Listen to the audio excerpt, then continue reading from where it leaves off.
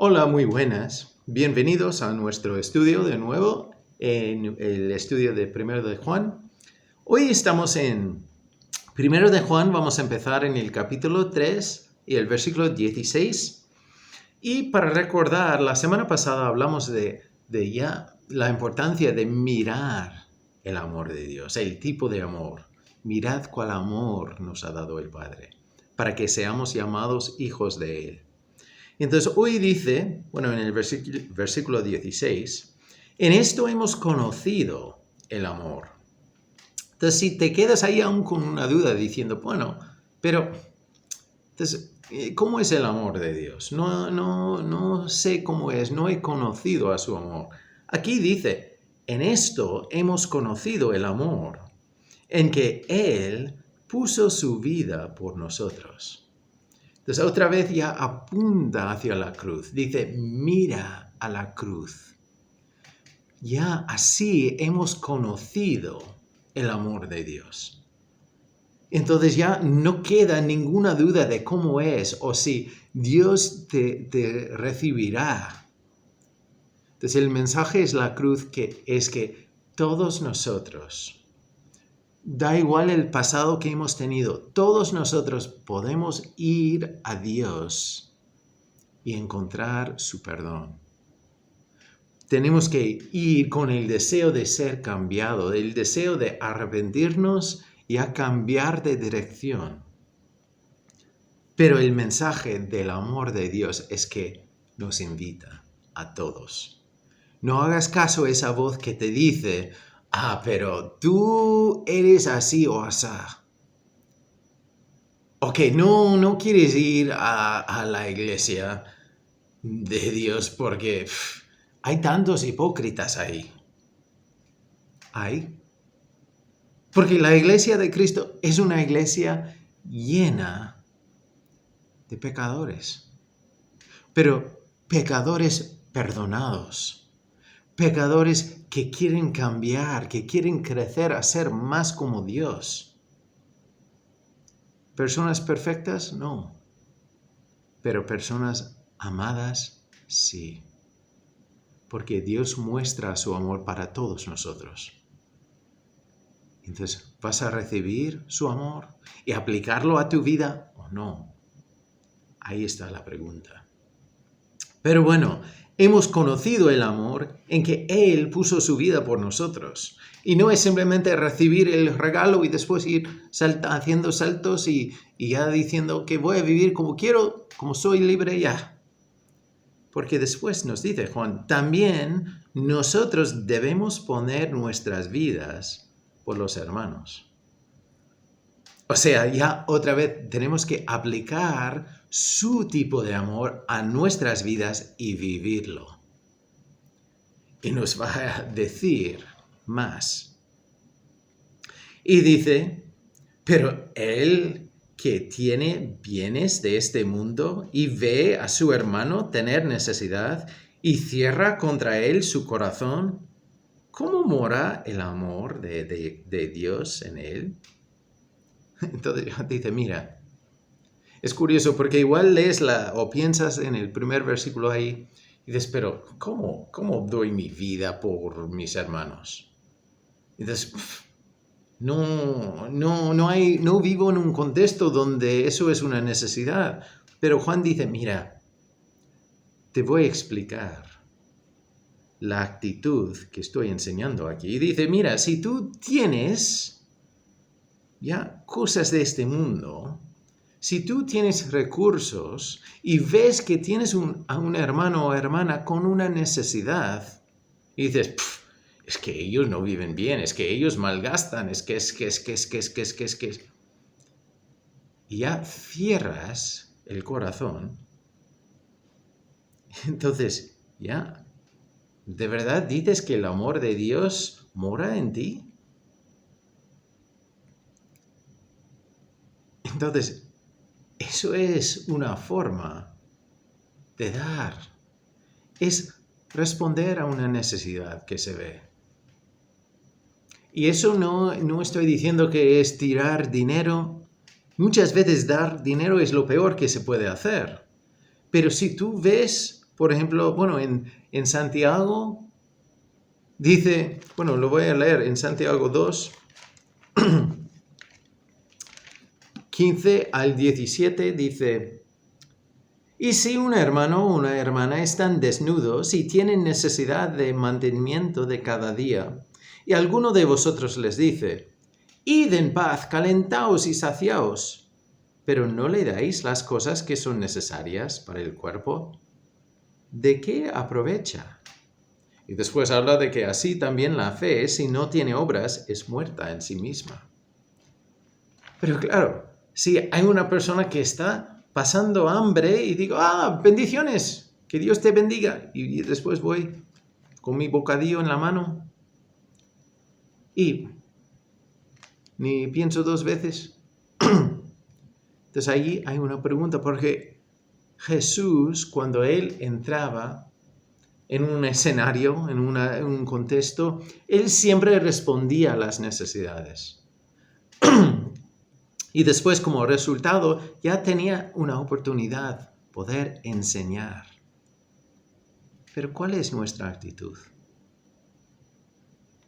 Tantas veces, en vez de responder a una necesidad que incluso en el momento que Dios nos dice: mira, cómprale un bocadillo, cómprale una bolsa de manzanas, o mira, invítale a venir aquí o allá.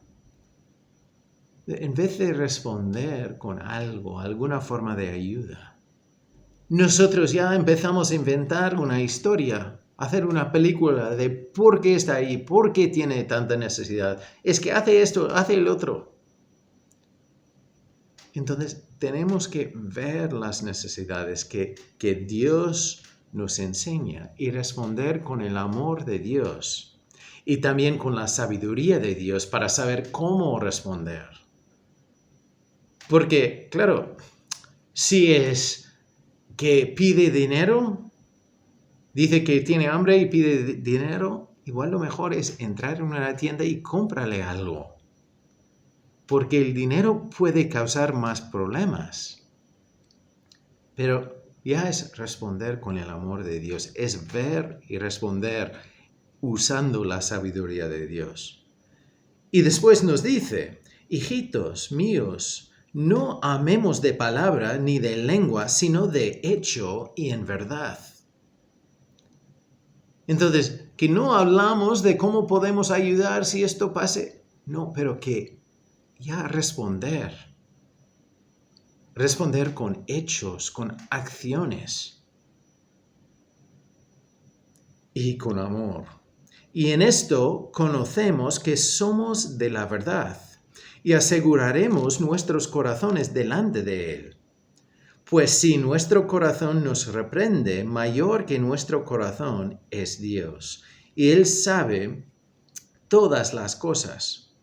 Entonces ya entra en esta conversación de que ya nosotros podemos conocer que somos de la verdad y podemos asegurar, podemos saber que nuestros corazones están delante de Él, que Él ve todo, Él sabe todo. Tantas veces nosotros, incluso después de confesar nuestros pecados a Él, de cambiar nuestra actitud, viene esa voz que nos acusa. Y ya nos viene esa sensación, esa emoción de vergüenza. ¿Cómo puedo ir delante de Dios? ¿Cómo va a recibirme a mí, Dios? Y esas voces, ¿qué va a pensar la iglesia de mí? Acusando. Pero ahí es donde nosotros tenemos que volver a lo que dice en 1:9. Si confesamos nuestros pecados, Él es fiel y justo para perdonar nuestros pecados y limpiarnos de toda maldad. Entonces, si Él no me condena, ¿por qué me condena a mí mismo? ¿O por qué dejo que esa voz me condena? Entonces, si nuestro corazón nos reprende, mayor que nuestro corazón es Dios y Él sabe todo. No es que le he engañado. Él sabe todo. Entonces, si Él no me condena, nadie más me puede condenar. Y después dice, amados, si nuestro corazón no nos reprende, confianza tenemos en Dios. Y eso es una cosa que el enemigo no quiere, que tengamos nuestra confianza en Él. Quiere que nosotros seguimos ya castigándonos a nosotros mismos por algo que hemos hecho, hemos confesado y hemos tratado delante de Dios, pero quiere que nosotros nos quedemos ahí en el barro, diciendo que es que yo no valgo, es que no, Dios no quiere, no puede usarme, es que no valgo. Pero si nuestro corazón sabe que Dios nos ha limpiado, y si Dios sabe todo de mí y dice, Dan, te he perdonado, entonces tengo que seguir, tengo que levantarme y caminar. Y cualquiera cosa que pidiéramos, la recibiremos de Él, porque guardamos sus mandamientos y hacemos las cosas que son agradables delante de Él. Aquí es importante no sacar este versículo de su contexto. Porque hay un movimiento que dice que, mira, si tú pides algo en fe y entonces si estás viviendo bien, Dios te dará lo que pides. Pero es importante ver que viene en un contexto. Y ya hay muchos versículos que dicen lo mismo. Por ejemplo, Santiago 4, 2-3, dice, codiciáis y no tenéis, matáis y ardéis de envidia y no podéis alcanzar. Combatís y lucháis, pero no tenéis lo que deseáis, porque no pedís. Pedís y no recibís, porque pedís mal para gastar en vuestros deleites. Entonces, otra vez si estás siguiendo los caminos de Dios, si estás plantado y quedas en Él, si estás siguiendo sus mandamientos, guardando sus mandamientos, o sea, haciendo eso. Entonces, haciendo las cosas que son agradables, viviendo en la voluntad de Dios. Entonces, ahí es el contexto de ese pasaje. En el famoso Padre Nuestro, entonces vemos más de ese tema. Esto viene en Mateo 6. Entonces ya empezando en el versículo 9, dice, Padre nuestro que estás en los cielos, santificado sea tu nombre. Venga tu reino, hágase tu voluntad como en el cielo, así también en la tierra. El pan nuestro de cada día, dánoslo hoy, y perdónanos nuestras deudas como también nosotros perdonamos a nuestros deudores. Y no nos metas en tentación, mas líbranos del mal, porque tuyo es el reino, y el poder y la gloria por todos los siglos. Amén. Entonces, si tú estás pidiendo que Él haga su voluntad, entonces, claro, en la oración, entonces ya ese es el contexto. Entonces, cualquier cosa que pidiéremos, la recibiremos de Él. Entonces ya es ver ese contexto. Entonces, y reconocer que pedimos la voluntad de Él. Él sabe mejor. Tantas veces igual estamos pidiendo, por ejemplo, la sanidad para una persona. Y si no pasa, entonces, ¿qué ha pasado? Es que Dios, su voluntad era hacer otra cosa, usar esta situación para alcanzar a más gente. Entonces, a veces lo que nosotros pensamos que es lo mejor, no es lo mejor. Tenemos que dejar a Dios ser Dios. Y este es su mandamiento, que creamos en el nombre de su Hijo Jesucristo y nos amemos unos a otros como como nos lo ha mandado. Y el que guarda sus mandamientos permanece en Dios, y Dios en él. Y en esto sabemos que Él permanece en nosotros por el Espíritu que nos ha dado. Entonces, eso es el contexto de ese versículo. Entonces, es creer en el nombre de su Hijo Jesucristo y amar los unos a los otros. Y vivir eso. Otra vez, no es hablar de ello. No es amar en palabra, pero en acción, en hecho. Y entonces ya esa persona que guarda los mandamientos, entonces ya va a permanecer, va a estar plantado en Dios y Dios en él. Entonces vemos la comunión que Dios nos ofrece. Y ya sabemos que Él permanece en nosotros porque nos ha dado su Espíritu. El capítulo 4 vuelve al tema de los falsos maestros. Dice, amados, no creáis a todo espíritu, sino probad los espíritus, si son de Dios, porque muchos falsos profetas han salido por el mundo. Entonces, no creer cada mensaje, cada voz, porque hay muchos falsos profetas, hay muchos falsos maestros, hay muchos que incluso igual hablan bien, pero manipulan la palabra de Dios. Entonces, hay que probar los espíritus. Hay que llevar los mensajes a la palabra de Dios y compararlo. No simplemente decir que me gusta, me suena bien, pero compararlo con la palabra de Dios. Y como decía antes cuando hablaba de este tema, decía que entonces decía que no es necesario que nadie os enseñe. En el el capítulo 2, 27. No tenéis necesidad de que nadie os enseñe, porque si eres hijo o hija de Dios, tienes el Espíritu Santo dentro.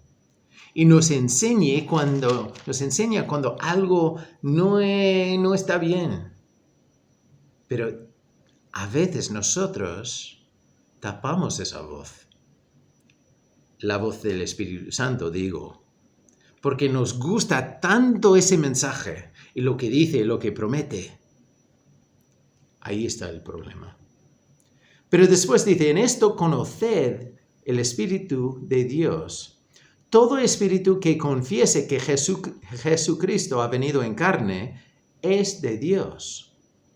Y todo espíritu que no confiesa que Jesucristo ha venido en carne no es de Dios.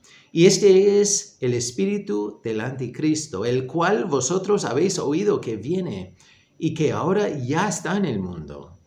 Hijitos, vosotros sois de Dios y los habéis vencido, porque mayor es el que está en vosotros que el que está en el mundo.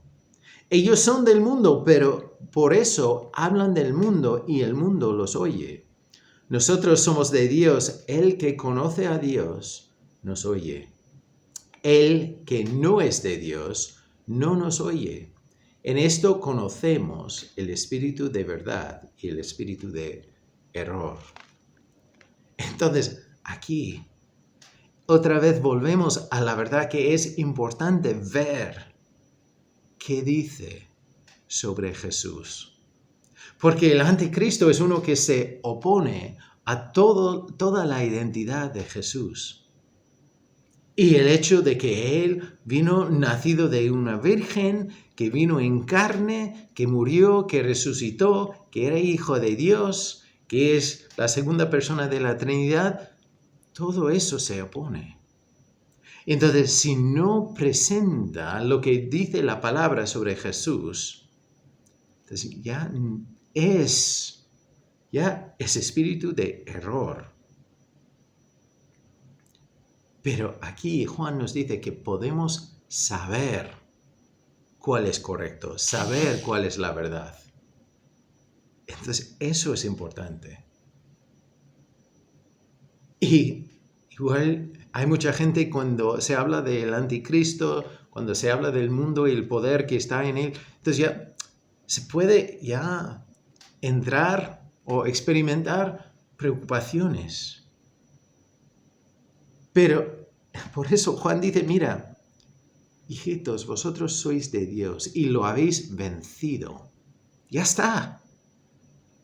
Porque mayor es el que está en vosotros que el que está en el mundo. Entonces, ves lo que ves en el mundo. El que está en ti, si eres hijo o hija de Dios, el que habita en ti, ya es mayor. Tiene más poder. Aún así, nosotros tenemos que tener cuidado porque tantas veces nosotros intentamos pelear nuestras batallas nosotros. Pero dentro tenemos el Espíritu Santo que es mayor que el que está en el mundo. Entonces tenemos que aprender cómo plantarnos en él y recibir de él las fuerzas para vivir, la sabiduría para enfrentar las situaciones, el conocimiento para poder crecer y aplicar la palabra más a nosotros, a nuestras vidas. Pero es decidir, es reconocer. Aquí, entonces Juan dice, hemos conocido el amor. En esto conocemos que somos de la verdad. En esto sabemos cuál es el espíritu de verdad y cuál de error. En el Evangelio de Juan, también Juan quiere comunicar ese mensaje de que podemos saber, podemos conocer la verdad. Entonces esto decía en Juan 20:30, dice, hizo además Jesús muchas otras señales en presencia de sus discípulos, las cuales no están escritas en este libro, pero éstas se han escrito para que creáis que Jesús es el Cristo, el Hijo de Dios, y para que creyendo tengáis vida en su nombre. Entonces Juan quiere que veamos que tenemos lo que necesitamos para creer, para saber, para conocer, para identificar y para confiar en Dios. Nos ha dado las pruebas, nos ha mostrado su amor, nos ha comprado, nos ha dado un nombre, nos ha dado un futuro y nos ha dado promesas que volverá para nosotros y que estará con nosotros hasta el final y que su Espíritu ahora mora en nosotros, habita en nosotros. Entonces, ¿cómo vamos a vivir eso? ¿Cómo vamos a aplicar eso reconociendo que nosotros conocemos su amor? Entonces, debemos amar. También, como conocemos la verdad, debemos probar los espíritus, debemos probar los mensajes, debemos probar las personas que nos vienen enseñando. Y debemos vivir lo que viene de su palabra. Dios nos dice que como Dios muestra ese tipo de amor, debemos amar. Y debemos responder a necesidades de personas alrededor nuestro. Pero es algo que se vive, no solo se habla. Entonces, ¿estás preparado o preparada? ¿Llevar el amor de Dios al mundo? Porque necesita ver que hay un cuerpo que camina con Dios, que vive justicia, que es humilde, que ama y que enseñe la verdad. ¿Eres parte de ese cuerpo? Si dices que sí, te animo a hacer tu papel en el cuerpo. Reunirte con el cuerpo para crecer juntos y después hacer tu papel, porque eres importante en el cuerpo. Y si dices que no has entrado en la familia de Dios. Te animo, como dice en 3:1, mirar el amor de Dios. Mirar cuál amor nos ha dado Dios para ofrecernos ese nombre de ser hijos suyos. Porque Dios te invita a entrar. También porque tú vales mucho para Él. Por eso murió en la cruz y derramó su sangre para poder perdonarte y perdonarme a mí, porque todos hemos hecho mal. Y Dios quiere que cambiemos de dirección para vivir una vida con Él. No como personas perfectas, pero como personas con un Dios perfecto, quien nos limpia y nos enseña y nos hace crecer. Es como siempre, si tú tienes una duda o una pregunta, avísanos. Espero que Dios te guíe en tu caminar, ya en el proceso donde estás. Pero te animo a ver a nuestro Dios de nuevo. Bendiciones y nos veremos muy pronto.